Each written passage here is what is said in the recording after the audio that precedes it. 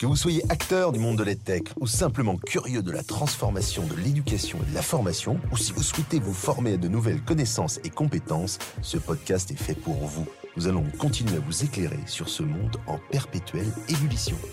Ce podcast vous est présenté par la Banque des Territoires. Pour que la transformation de l'éducation profite à toutes et à tous, la Banque des Territoires agit au service de l'intérêt général pour des territoires plus attractifs et plus inclusifs. La MGEN, acteur majeur de la protection sociale des professionnels de l'éducation et de la formation, MGEN entretient en permanence des liens avec le monde éducatif. C'est pour soutenir les initiatives qui mettent la technologie au service de ces professionnels que MGEN a créé les trophées MGEN EdTech. Et la Maïf, parce que le numérique façonne toujours plus le quotidien de chacun, la Maïf met à la disposition de tous des services pour mieux accompagner l'individu dans la transformation numérique de la société.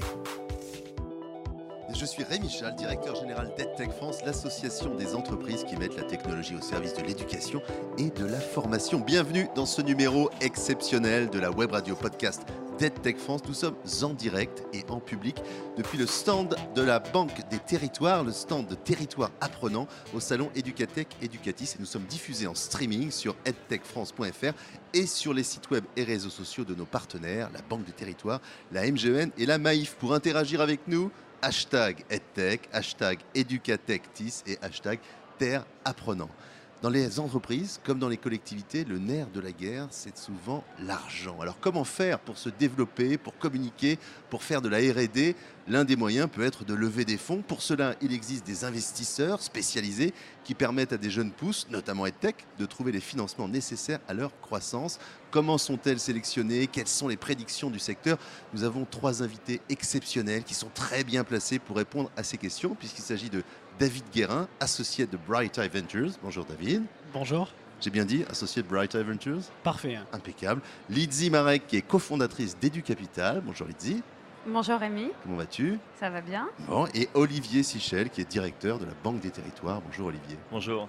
Alors à tout seigneur, tout honneur, puisque la Banque des Territoires est le sponsor principal de cet événement avec la MGN et la MIF, que nous sommes sur le stand Territoire Apprenant de la Banque des Territoires. La première question, elle est évidemment pour vous.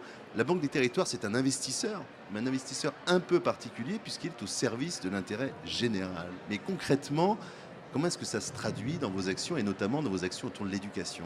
Absolument. Alors, on n'a pas vocation à investir dans toutes les entreprises qui sont dans les EdTech. Ça, c'est le rôle des fonds privés de Bright Eye Ventures ou de EduCapital et de BPI France. Nous, ce qui nous intéresse, c'est surtout de créer les conditions de succès des EdTech et de créer un écosystème, un environnement favorable à leur éclosion. Donc, on va travailler surtout autour de l'environnement. D'abord, raccorder au très haut débit toutes les zones possibles, parce qu'il n'y a pas d'EdTech sans haut débit, sans digital. Et la Banque des Territoires, elle a pour vocation que les territoires soient équipés en très haut débit. Donc ça, c'est des investissements assez colossaux. Je vous parle d'1,5 milliard pour raccorder en haut débit les zones rurales. On ne s'occupe pas des zones denses, ça c'est Orange et SFR qui le font.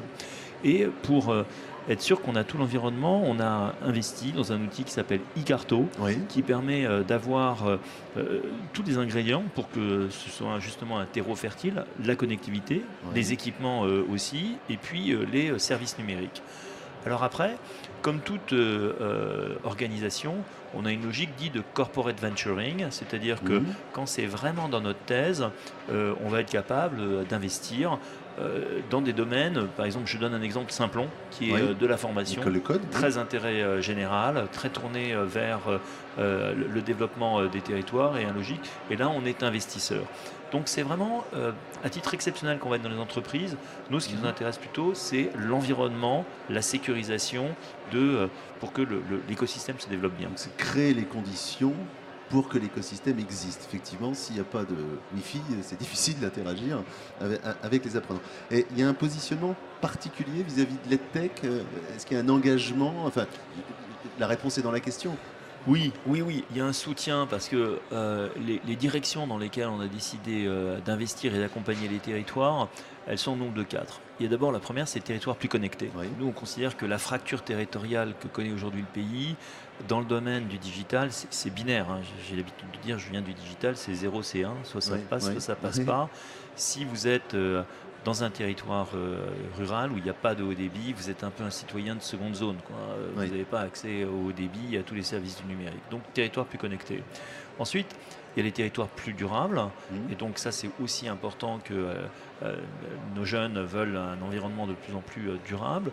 Et il y a territoires plus attractifs et plus inclusifs. Et plus inclusif, c'est là où est notre rôle. C'est-à-dire que tout ce qui va être favoriser l'inclusion, et notamment l'inclusion numérique, par exemple, on est investisseur dans les hubs territoriaux, qui sont une forme de médiation numérique, pour faire en sorte que les gens ne soient pas exclus du numérique.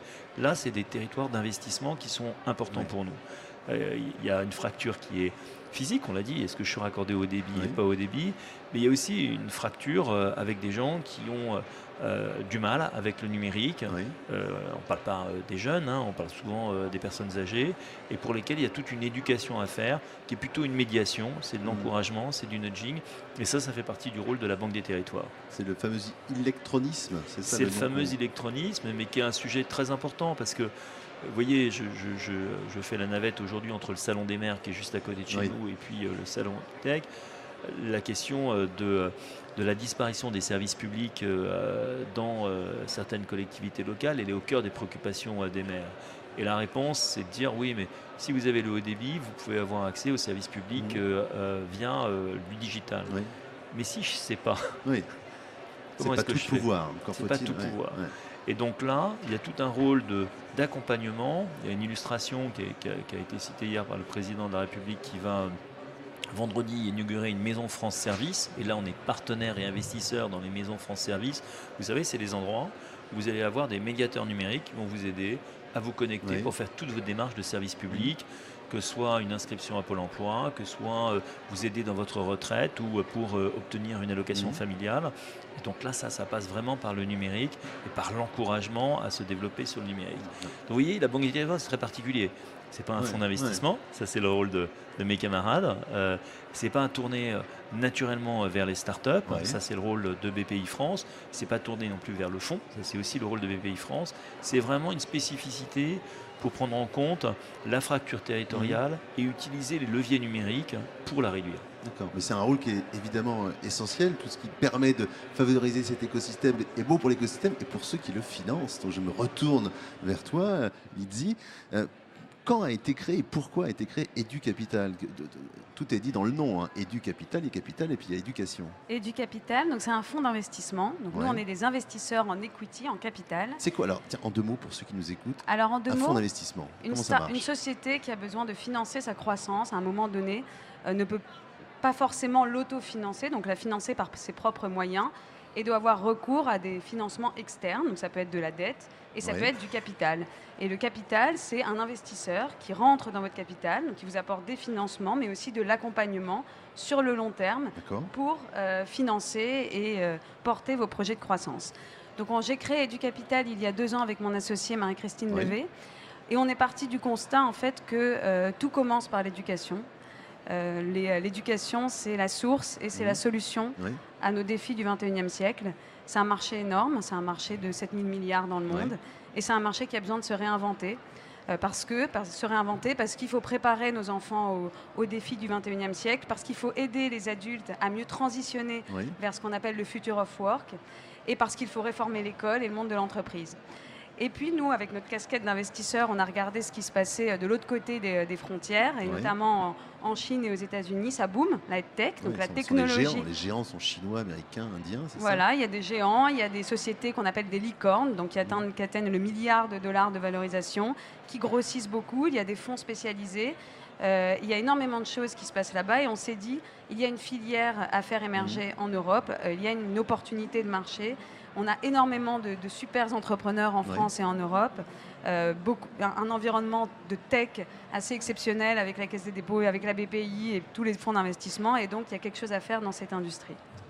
Et donc on a créé EduCapital. EduCapital, c'est un fonds, donc on soutient des sociétés qui innovent dans le domaine de l'éducation.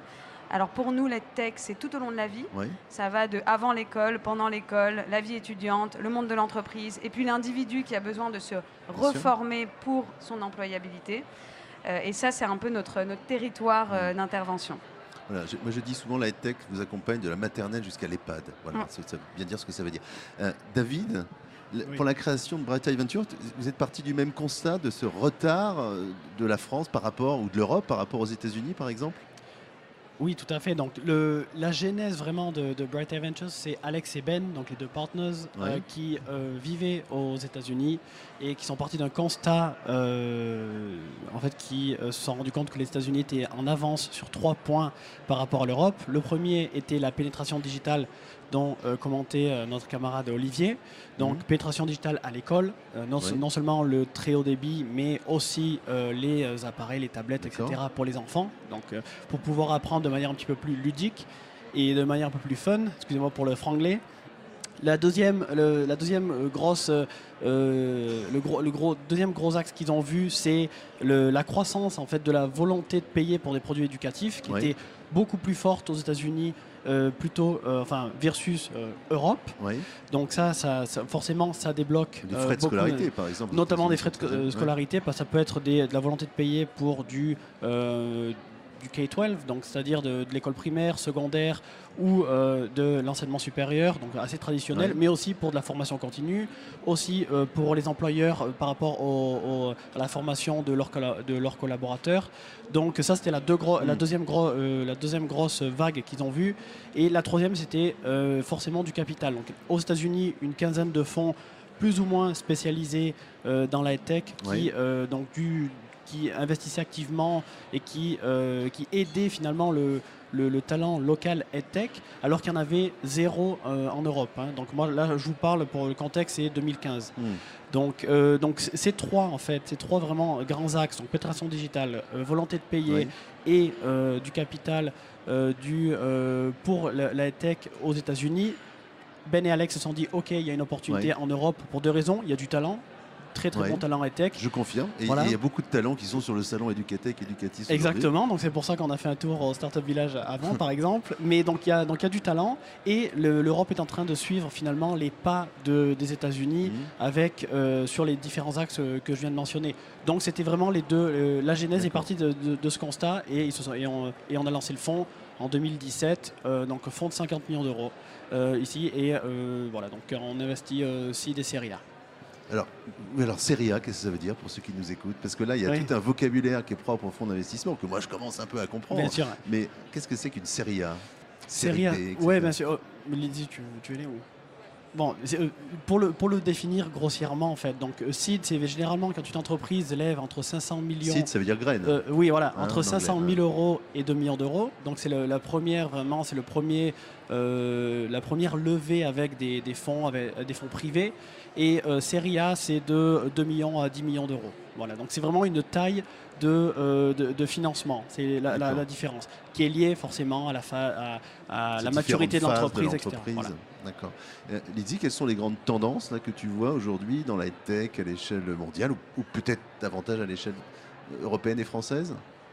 Alors déjà, quand on parle de l'échelle mondiale, c'est très différent. Il y a des grosses différences avec l'Europe. Donc, pour donner quelques exemples de comparaison, la Chine, eux, ils investissent massivement dans ce qu'on appelle le K-12, c'est-à-dire en gros primaire, collège, lycée, parce qu'il y a un besoin d'éduquer leur pays à grande échelle, et c'est un secteur qui se privatise, donc les gens sont prêts à payer. Tandis qu'aux États-Unis, je sens que c'est plus sur ce qu'on appelle le higher ed, parce que là-bas, le marché des universités existe, c'est très solvable. La dette étudiante, c'est 1 000 milliards aux États-Unis, et les universités sont dans leur vague de digitalisation. Ensuite, plus généralement parlant, moi, quand je regarde les marchés, j'aime bien les segmenter par âge, donc avant l'école, pendant l'école, après l'école. Et notre constat, c'est qu'en termes de solvabilité, de maturité et d'attractivité, je dirais que c'est plutôt de chaque bout du spectre de l'apprentissage, c'est-à-dire chez les petits et chez les très grands. Chez les petits, avant l'école, parce que les parents, on est dans une génération de parents qui sont prêts à payer pour éduquer différemment, pour préparer leurs enfants, pour compléter le système de l'éducation ou pour le remplacer. Et les très grands, parce qu'il y a un vrai sujet d'adresser ce qu'on appelle le skill gap, c'est-à-dire cette différence entre le besoin de compétences du future of work et les compétences actuellement disponibles, parce que tout va très très vite et l'école ne peut pas à elle seule s'adapter pour reformer les personnes et les rendre employables. Il y a un vrai marché de l'employabilité. Au milieu de tout ça, il y a l'école. qui est c'est notre marché de cœur. C'est notre marché de cœur. Parce que c'est là où tout se joue, parce qu'il y a un besoin assez profond de réformer le système éducatif, de réformer la pédagogie, de faire rentrer l'innovation, de faire en sorte que la filière EdTech soit française et européenne et non pas capturée par des géants asiatiques et américains. Et donc là, je pense à un devoir de conjointement le privé, mais aussi le public et tout le système éducatif de faire en sorte d'émerger cette filière. Ce que vous partagez tous les trois, et moi aussi, c'est cette notion d'intérêt général, hein, parce que quand on parle d'éducation, c'est évidemment l'avenir du pays, il y a des questions de souveraineté, de soft power, d'inclusion numérique, on l'a dit. Et l'inclusion, Olivier, elle n'est pas que numérique, derrière ce terme, il y a d'autres réalités. Si on rapporte à l'école, une école plus inclusive, ça peut signifier quoi ? Il y a déjà la rénovation des écoles. Au moment où je vous parle, là, je viens de signer ce matin un éduprêt pour la petite commune de Cran. Et c'est un prêt de 2 millions pour construire une nouvelle école en milieu rural. Et vous savez, les écoles, quand vous vous promenez dans le pays, elles datent de Jules Ferry. Elles n'ont pas été pensées pour le numérique. Hein. Elles n'ont pas été pensées pour les enfants du XXIe siècle. Il faut refaire l'école, adapter les salles de travail à des environnements où les enfants vont travailler ensemble. Donc c'est un environnement coopératif. Il faut adapter aussi les salles de travail au numérique, avoir des grands écrans, avoir des systèmes plus interactifs. Il y a aussi des questions de sécurité dans les écoles. Donc on est en train de reconstruire des écoles. Et donc nous, on prête pour refaire ces écoles-là. Maintenant, sur l'analyse du marché, je partage tout à fait ce qu'ont dit Lizzie et David. Aujourd'hui, c'est quand même sur la formation professionnelle et après l'école qu'on a sans doute un créneau à occuper. Et là, il va se passer quand même demain, le 21 novembre, un événement incroyablement disruptif dans lequel la Caisse des dépôts joue un rôle très important. C'est le lancement de Mon compte formation. Oui. C'est-à-dire demain, pour 33 millions de Français, ils auront un compte formation, une appli sur leur smartphone, leur permettant de dépenser où ils veulent cet argent en matière d'organisme de formation. Et ça, à mon avis, c'est une rupture dont on n'a pas encore mesuré totalement les conséquences. Vous savez, la formation professionnelle était tenue avant par l'employeur. C'est l'employeur qui disait aux salariés, voilà, vous devez faire telle et telle formation. Demain, un petit peu dans une logique de TripAdvisor, hein, je vais choisir ma formation. Et donc, on se pense qu'il va se passer quand même des choses parce que vous donnez la main aux citoyens, vous donnez la main un peu au client final. Souvent, les marchés d'éducation, c'est des marchés avec des tiers où celui qui bénéficie de l'éducation n'est pas le payeur et le payeur n'est pas celui qui bénéficie de la formation. Là, il va y avoir quand même une rupture très très forte et qui va être massive parce qu'elle va porter sur 33 millions de Français et sur des sommes qui vont être colossales à capter. Et donc, ça va être très intéressant pour moi de suivre les impacts de cette transformation. Et je suis très content qu'on ait des fonds basés en France qui soient outillés, adaptés à saisir les opportunités pour faire émerger demain des géants européens et si possible français. Et avec toutes ces opportunités alors, qui émergent justement, David, je me dis que vous devez avoir plus de demandes de financement que d'argent à investir. Comment est-ce qu'on choisit, comment est-ce qu'on évalue le dossier d'une start-up EdTech ? Très bonne question. Donc la première, il y a le standard, enfin les critères sont relativement standards par rapport au VC, donc au fonds généraliste. Mais c'est vrai que nous, en tant que EdTech VCs, et surtout chez Bright Eye, il y a trois dimensions dans lesquelles on creuse. Donc la première, c'est vraiment comprendre l'efficacité de la solution. La notion d'efficacité, elle est essentielle quand on parle d'éducation. Exactement, c'est ça. Donc c'est comprendre, ce qui veut dire, c'est vraiment comprendre l'impact pédagogique potentiel de la solution. Est-ce qu'on apprend 2 fois plus vite? Est-ce que c'est moins cher? Est-ce que X ou Y? Donc ça, c'est hyper important pour nous. La deuxième dimension, c'est la distribution. Distribution dans le monde de l'éducation est un gros pain point, et je m'excuse une fois de plus pour le franglais, mais c'est un point de douleur. C'est un point de douleur, exactement. C'est un gros point de douleur. C'est donc vendre à des écoles, à des institutions ou à des instituts d'enseignement supérieur. On est dépendant de cycles de vente très longs, de budget, de pénétration digitale limitée, etc., etc. Donc on veut vraiment comprendre les canaux de distribution, les canaux d'acquisition, le cycle de vente, tout ce qui est le pipeline. Donc on creuse vraiment sur cette partie. Et la troisième, en fait, qui est vraiment liée à notre thèse d'investissement. Nous, chez Bright Eye, la pierre angulaire, si j'ose dire, de la thèse d'investissement est l'internationalisation. C'est-à-dire qu'on investit uniquement dans des entreprises qu'on pense humblement, hein, donc on pense qu'elles ont un potentiel de croissance fort dans plusieurs marchés.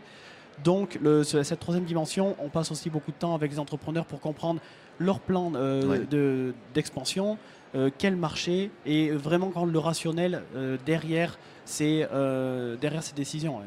Chez Educapital, on fonctionne pareil? On a les mêmes priorités? Heureusement, oui, à peu près, oui. Je dirais qu'Educapital, c'est d'abord un VC for profit. Donc, notre volonté, c'est la rentabilité. Donc, c'est de trouver des investissements qui sont profitables et donc de rechercher d'abord, avant tout, les équipes qui ont développé un produit qui soit ce qu'on appelle scalable, c'est-à-dire qui a la capacité d'aller global, de penser global, de passer à l'échelle, un modèle économique qui est prouvé, et d'autant plus qu'effectivement dans l'EdTech et en particulier sur le segment de l'école, c'est pas toujours hyper simple de prouver un modèle économique. Est-ce que c'est mieux de vendre aux collectivités? Est-ce que c'est mieux de partir par les profs et de les faire adopter? Enfin, il y a différents modèles économiques.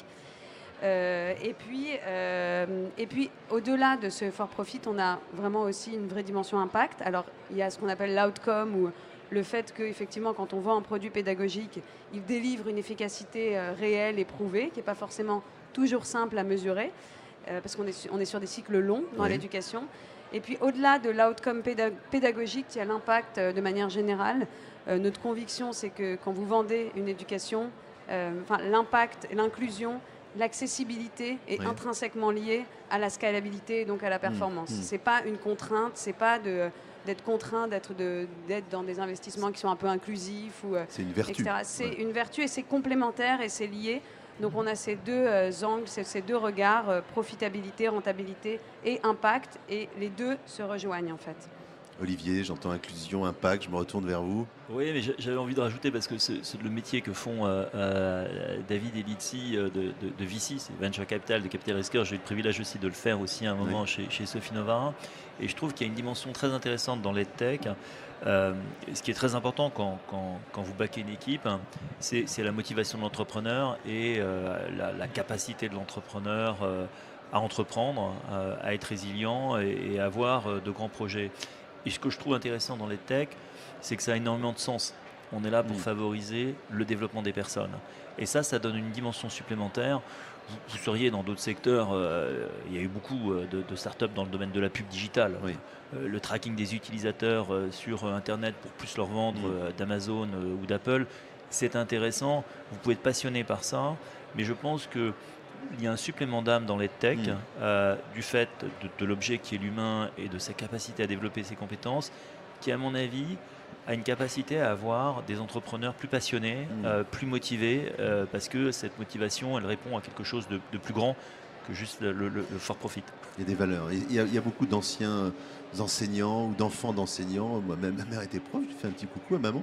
J'imagine qu'elle nous écoute, et c'est vrai que ça nous relie un peu nous tous. Peut-être, David, un exemple d'une start-up parmi toutes celles que Bright Eye accompagne. Je vais prendre l'exemple d'Ornicar. Mais où est donc Ornicar? Voilà, j'arrête. Alors, non, pas de problème. non, donc Ornicar, donc l'auto-école en ligne leader en France. Et vraiment, ce qui nous a séduit chez Ornicar, c'est déjà l'équipe. Donc, comme disait Olivier, donc équipe niveau exécution et vision très très forte.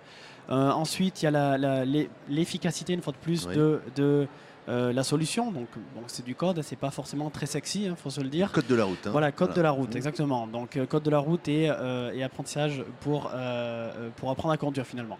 Donc l'efficacité, c'est-à-dire que 10 fois moins cher que ce qu'il y a sur le marché, et avec 90% de réussite grâce à la app qu'ils utilisent pour le code. Et la troisième partie, c'était la distribution, c'est-à-dire au lieu passer par une app, simplement la flexibilité qu'une app te donne pour étudier quand tu veux, où tu veux, au lieu d'aller dans une école traditionnelle. Donc c'est ces trois critères. Lizzie, un exemple à mettre en lumière? Un exemple, mais je vais d'abord juste citer ODE et Lalilo parce qu'ils sont sur ce salon, et donc allez les voir. Ce n'est pas les exemples que je vais développer, même si c'est des super investissements. Et je vais prendre l'exemple d'un coup de cœur que j'ai eu, qui est l'Uni. L'Uni, c'est la boîte à histoire, le livre audio pour les 3-8 ans. Donc en fait, l'histoire, c'est que quand on levait Educapital avec Marie-Christine, on a rencontré Maëlle, qui est la fondatrice de l'Uni. Elle nous en a donné, enfin moi, elle m'en a donné un, je l'ai ramené à la maison. Et j'ai donc suivi la grande histoire d'amour entre l'Uni et mes enfants, qui a pris cet objet, qui a pris de plus en plus de place dans ma vie et je pense dans la vie de plein de familles. Et donc on a suivi le succès incroyable de cette société. Et en fait, ce qui nous plaît, donc dans le domaine des petits, ce que je disais avant l'école, le parenting, ce qui touche aux parents, etc., on recherche des sociétés qui soient donc scalables. Enfin, c'est assez compétitif, on voit plein de robots, d'applications, etc. Mais beaucoup terminent au placard. Enfin, en tout cas, dans mon placard, il y en a pas mal. Et en fait, ce qu'il faut pour être scalable et pour être pérenne, c'est rentrer dans l'usage et même créer un usage. Et l'Uni, ils ont créé un usage. Ils n'ont ni remplacé l'histoire des parents, ni remplacé les Legos, ni l'école, ni la trottinette. Ils ont créé cet usage bien spécifique du moment du temps calme de l'enfant. Et les valeurs sont incroyables. C'est la créativité, l'imaginaire, l'apprentissage, parce que sur l'Uni, on écoute les grands archéologues et les artistes et les incollables, etc. Donc c'est tout ça sans écran, donc en adressant ce sujet qu'il faut adresser aussi quand on fait de l'EdTech, qui est la surexposition aux écrans. Et en plus, en termes de modèle économique, donc l'objet s'est très bien vendu, ils ont créé une plateforme de contenu, donc c'est maintenant un éditeur d'histoires, il y a plus de 3000 histoires, ce qui fait qu'il y a ce qu'on appelle dans notre jargon du repeat. C'est pas juste on vend une fois et on écoute, il y a un usage, ça suit la vie des enfants et on réachète des histoires. C'est une société qui est en très forte croissance et qui vend ses objets partout dans le monde, et une équipe vraiment de passionnés et pleine de valeurs. Donc là, ils commencent à distribuer dans les hôpitaux, ils auront des projets dans les écoles aussi. Donc voilà, c'est une belle jolie société de notre portefeuille. Super. On pensait qu'on allait parler que d'argent, de gros sous, de sommes astronomiques. Et on a parlé d'inclusion, on a parlé d'impact, on a parlé de valeur, on a parlé de passion. Voilà, s'il fallait se réconcilier avec les investisseurs, c'est fait. Voilà. Peut-être simplement chacun un petit mot, une prédiction. Olivier, optimiste pour le développement de la tech en France, la transformation de la pédagogie aussi, c'est une question centrale. Oui, très optimiste, parce que je pense que c'est un terreau qui conjugue deux choses qu'on a bien en France. Dans EdTech, il y a le mot tech et on a quand même beaucoup d'ingénieurs. On aime bien les former, on est plutôt fort en maths. Et éducation, je pense que c'est la tradition humaniste de notre pays qui, depuis Montaigne, aime bien le développement des personnes. Donc je crois qu'il y a une identité particulière en France qui permet à ce secteur de se développer et d'éclore. En tout cas, c'est ce qu'on souhaite. David ? Oui, très rapidement. Donc au niveau macro, il faut comprendre qu'il y a 80% des investissements EdTech européens entre 2014 et 2018 qui se sont faits dans des startups qui sont positionnées dans le B2C et B2B. Alors, donc, pour expliquer simplement à ceux qui nous écoutent. B2C, simplement, c'est les consommateurs. Donc c'est vendre des gens comme vous et moi. Et B2B, c'est vendre à des professionnels, généralement des employeurs. Donc, il y en a évidemment aussi, il y a des solutions qui se positionnent pour vendre notamment au gouvernement, l'éducation nationale, etc. Mais 80%, je répète, sont dans B2C, B2B. Donc, c'est énorme. Donc, la prédiction, c'est que moi, je pense que dans les 2-3 ans qui arrivent, c'est qu'on va continuer à voir l'argent, finalement, en fait, l'argent VC, EdTech, s'investir dans ces deux grandes catégories. Ce qui est finalement logique parce que c'est lié à des problèmes de distribution dont on a mentionné un petit peu avant. Et la deuxième, c'est Lydie a parlé du skill gap. Donc ça, c'est aussi, tout le monde parle du skill gap. Donc la deuxième prédiction qui est assez macro aussi, c'est une naissance, une vague en fait de solutions EdTech qui vont permettre du upskilling et reskilling de collaborateurs, de personnes comme vous et moi. Et donc voilà, donc ça c'est mes deux prédictions pour les 2-3 ans qui arrivent. Niveau européen, non seulement en France. Skill, c'est la compétence, c'est le mot-clé aujourd'hui, la montée en compétences, la transformation des compétences. Lydie, le mot de la fin te revient. Alors j'ai deux prédictions et une note d'espoir. Ma première, en parlant de grandes tendances, moi je crois beaucoup à l'émergence de nouveaux modèles en fait, qui viennent en complément de l'école et pour accompagner l'individu dans la recherche de son employabilité. Aujourd'hui, aux États-Unis, vous voyez des nouveaux modèles d'école dans le supérieur où en fait les individus ne payent plus, mais reversent à ces nouvelles écoles un pourcentage de leur premier salaire. Donc quoi de mieux, par exemple. Oui, ou je prends Lambda School, par exemple. Donc quoi de mieux comme outcome que le job en fait. Et 100 000 $ comme premier salaire, l'école est gratuite et on vous reverse un fils de salaire. Je trouve que c'est assez puissant comme modèle économique et c'est des nouveaux formats d'école que je trouve très originaux. La deuxième grande tendance, c'est la technologie pour l'éducation. On parle beaucoup d'intelligence artificielle, de data, un peu dans tous les secteurs économiques. C'est encore embryonnaire dans l'éducation, mais on croit au pouvoir de cette technologie pour permettre d'individualiser l'éducation. C'est assez clé en fait de pouvoir accompagner, personnaliser l'enseignement et pour réduire en fait les inégalités. Donc ça, c'est les deux grandes prédictions. Et puis ma note d'espoir, c'est pour l'école, le système. Et là, je me tourne vers... non, c'est pour l'école en France, pour faire vraiment émerger cette filière EdTech. Nous, on y croit beaucoup, on milite beaucoup pour ça chez EduCapital, pour faire en sorte que les profs puissent innover, qu'il y ait plus d'autonomie, que les collectivités s'emparent de l'innovation et voilà, qu'on s'adapte en fait à cette transition comme dans tous les autres secteurs économiques et qu'on ne soit pas à la traîne sur l'EdTech, tous les ingrédients sont là, comme on l'a dit juste avant. Et je le répète, c'est pas la technologie pour la technologie, ça n'a aucune espèce d'intérêt, c'est la technologie au service d'une transformation, qui est une transformation de la société, qui est une transformation aussi de la pédagogie, et peut-être d'abord de la pédagogie.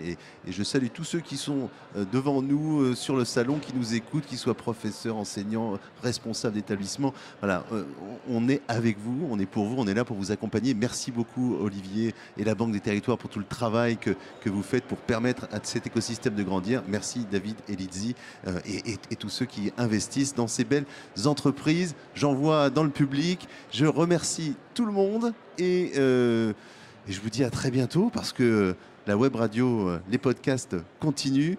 On se retrouve très vite pour un nouveau talk, toujours en direct du salon Educatech Educatis. Merci au public en délire. Que vous soyez acteur du monde de l'EdTech ou simplement curieux de la transformation de l'éducation et de la formation, ou si vous souhaitez vous former à de nouvelles connaissances et compétences, ce podcast est fait pour vous. Nous allons continuer à vous éclairer sur ce monde en perpétuelle ébullition.